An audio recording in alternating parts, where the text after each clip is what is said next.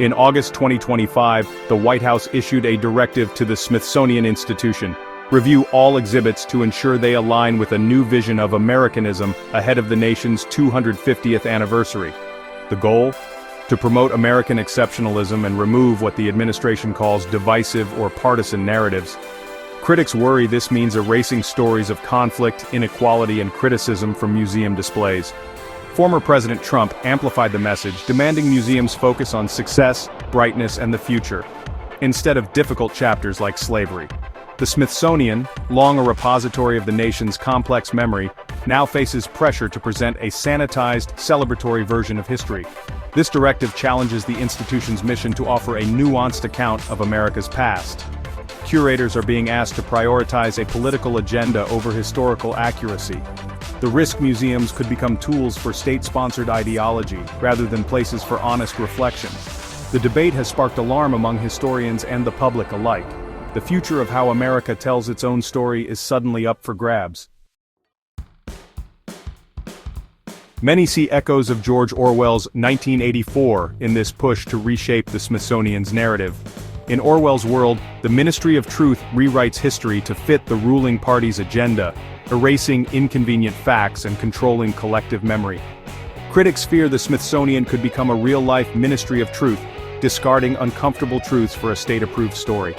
The administration's language, removing divisive content, mirrors Orwell's concept of newspeak, where limiting language limits thought. If we can't discuss systemic racism or injustice, it becomes harder to recognize or address them. This isn't just about patriotism, it's about controlling what the nation is allowed to remember, the stakes, the integrity of our past, and the freedom to think critically about it.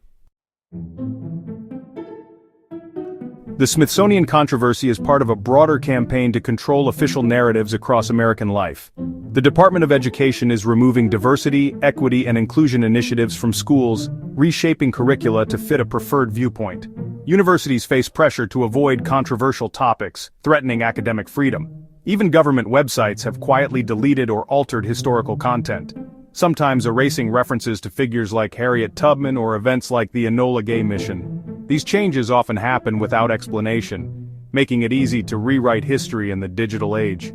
The pattern is clear: from classrooms to archives, there's a push to present a narrow, celebratory version of America.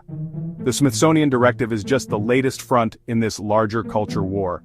The question: who gets to decide which stories are told and which are forgotten?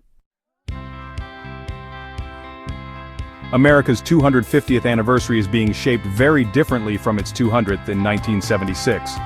Back then, the bicentennial was a grassroots inclusive event. Local communities and diverse voices reflected on both triumphs and failures. The focus was on questioning who was included in the American story and bringing marginalized voices to the forefront. Today, the White House's directive signals a top-down unified message: celebrate, don't question.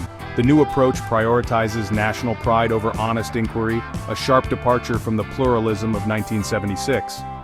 This shift reflects a broader change in political culture, where history is a battleground in the culture wars. The core debate: should public history be a forum for diverse storytelling or a tool for forging a single national identity? The answer will shape how Americans understand themselves for generations. What is a museum's purpose? To inspire pride, or to provoke thought? America's story is complex, filled with both greatness and injustice. Only telling the bright side turns history into propaganda, not education.